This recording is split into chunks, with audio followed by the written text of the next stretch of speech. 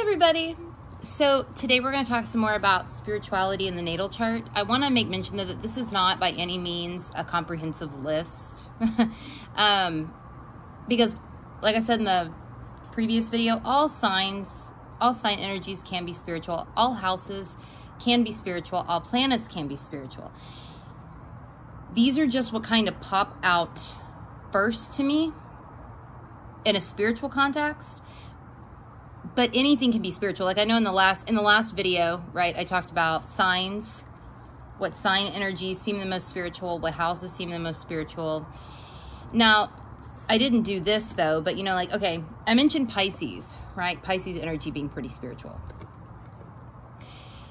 But let's say you've got Pisces on the cusp of, I don't know, the 7th house. The 7th house wasn't one of the houses that I mentioned in the previous video of being real of being like super spiritual. But if you've got Pisces on the cusp of the 7th house, or like Scorpio on the cusp of the 7th house, that might cause that 7th house to be expressed in a more spiritual way, if you will.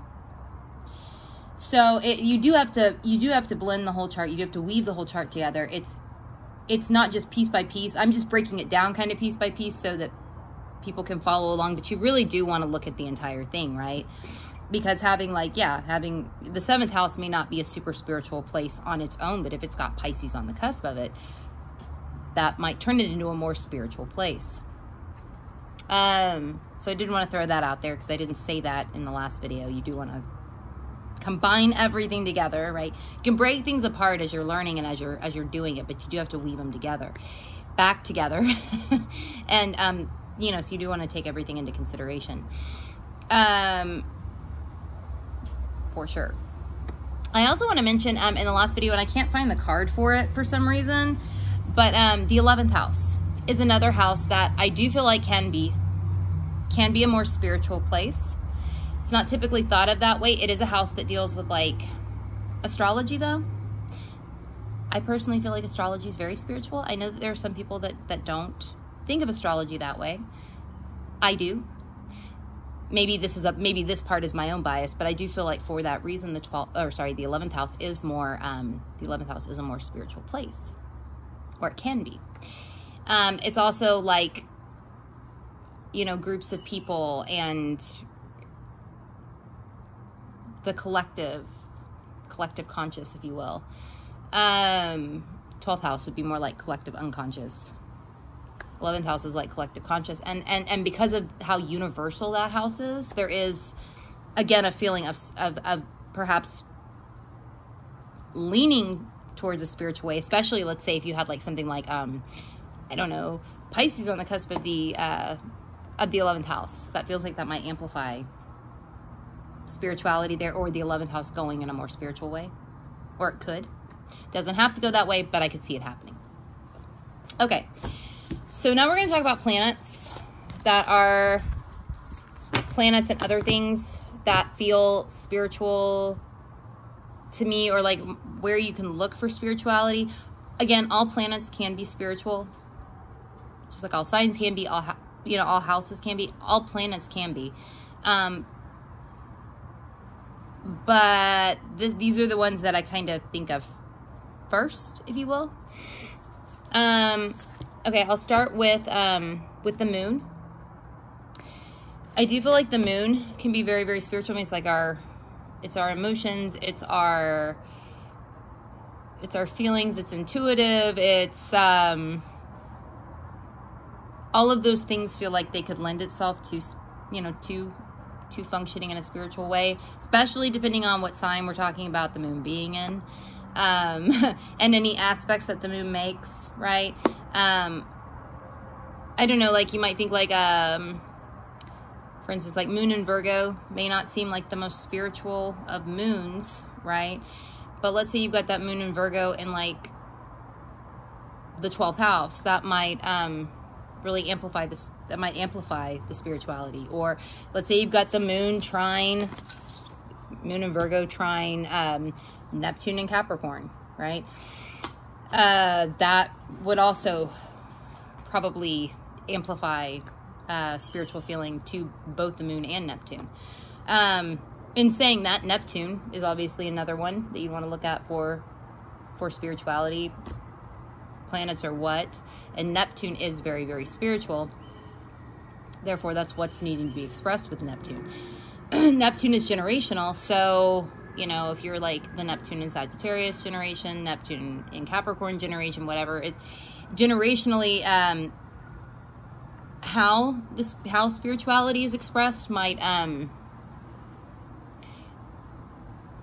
it's going to be in a more generational way, if you will. Of course, it's made personal then by any aspects that it makes, any, you know, the house that it falls in, all of those kinds of things. But Neptune is definitely spirituality and oneness and merging and all of those things that are, well, very inclined to spirituality and to leaning into this. Let's see, Jupiter. Jupiter is beliefs and truth. Beliefs can be spiritual. Again, it depends on how you're believing, how you're doing this, and in what areas of life, because beliefs can also become dogmatic. They can be. So you want to, you know, if there's dogma attached, that might not be as spiritual. But so Jupiter, kind of like the 9th house and Sagittarius, and Jupiter is the ruler of Sagittarius. It really depends what all is going on as to how Jupiter, or, you know, how and what areas of life Jupiter's beliefs play out in, and, you know, how spiritual they lean, or are they more, are we talking about other sorts of beliefs? And we might not even be talking about like spiritual beliefs with Jupiter. We could be talking about philosophical or political or whatever, you know. Jupiter is just beliefs in general, but it can lend itself towards spiritual beliefs too. It can go that way. So there is a spiritual sense to Jupiter. There certainly can be, to what Jupiter's wanting to express. I would also look at the other two outer planets, Uranus and Pluto. Now Pluto, and then there's the Pluto polarity point, right? Which is kind of like the north node. So Pluto's kind of like the south node. There just feels like there's something very spiritual about that as it is. Just like with the north and south nodes, there is something spiritual about that too, about where you've come from and where you're going. Same thing can be said about Pluto and the Pluto polarity point. Plus Pluto, you know, it's transformation and it's destruction and rebuilding, right? And even that can be spiritual. Like, that sounds like a massive pain in the ass to a lot of people. But even that can be spiritual, right? It certainly can be. Especially depending on, you know, there might be certain generations of Pluto that are more spiritually inclined than others. But any Pluto sign can be spiritual, and of course any aspects that it makes, what have you.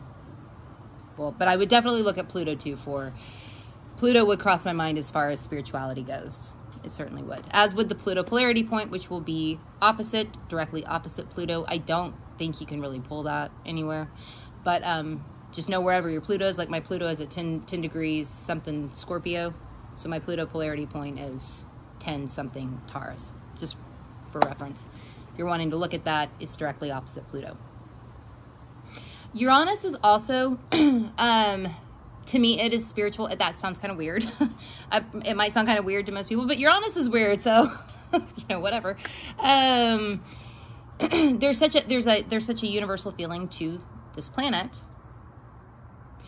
and it's so, like, collective focused, and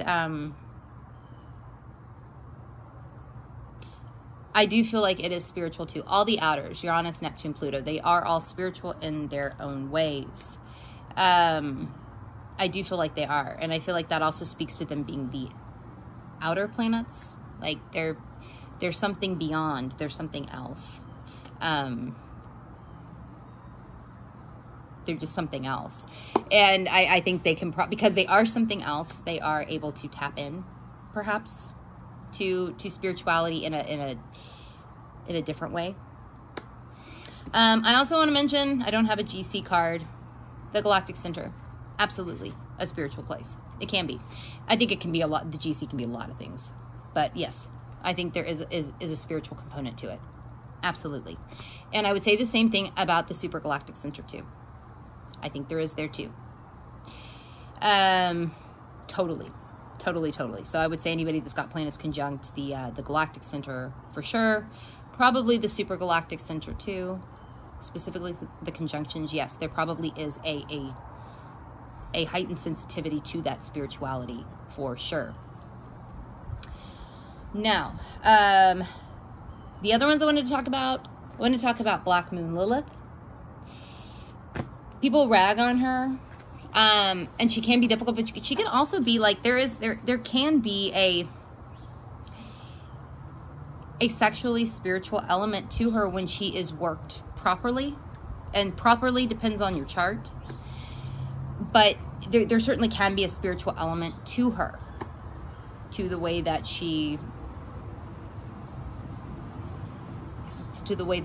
expresses her spirituality. Absolutely. And if there's any repressions with her, with sexuality, the freeing of that can be very, very spiritual. So I would definitely look at where Black Moon Lilith is in your chart too. Take an eye on that. Keep an eye on that as far as spirituality goes.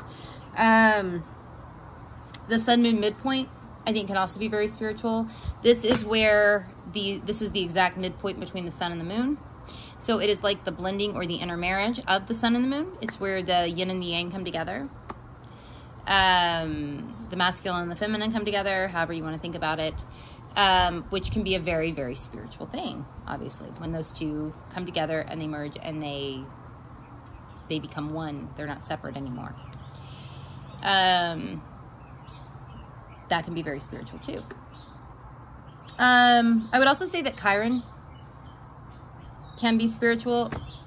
Chiron, kind of like Black Moon Lilith, it gets ragged on. People, you know, it's a hard, Chiron is hard, right? Like it is.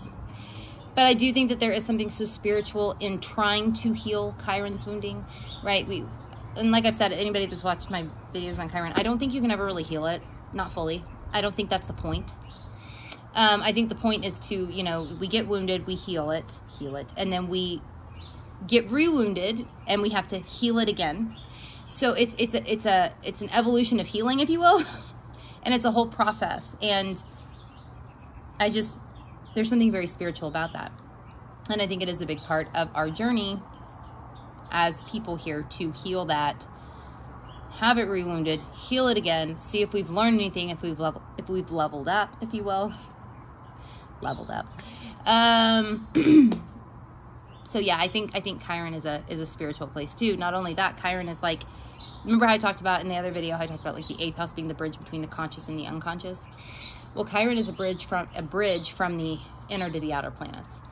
So since I think that all of the outer planets are quite spiritual, Chiron being that bridge makes it feel spiritual too. But anyway, these are just some things to look at. Of course, it's going to depend on where these planets fall, as to what area of life these sorts of spirituality might play out in, and how by sign. You do want to take the entire thing into account, entire chart, and weave it all together. I'm just breaking it apart so you can get an idea of what I might look for first, or what might catch my eye first in terms of spirituality in the natal chart. But anyway, I'm gonna get going. So if you want to follow us on Instagram, you can invite us. We're at Let's Fuck with Astrology. I am at Saturn Season Astrology on Instagram. Natalie is at Paterno Astrology on Instagram. If you want to like or subscribe or whatever the fuck people do with videos on YouTube, you can find us by searching for Let's Fuck with Astrology in the YouTube search bar. If you do the Reddit thing, come join us on the subreddit Let's Fuck with Astrology. If you're interested in the star cards, go to letsfuckwithastrology.com/star-cards. And on October 28th from 6 to midnight, yours truly will be at Paranormal Playland in San Antonio, giving natal chart readings, all kinds of astrology readings. If you're in the area, come check it out. Come say hey. If you want to get other readings, there are going to be a lot of other people doing readings. Though I'll be the only astrologer there, which makes me feel pretty special.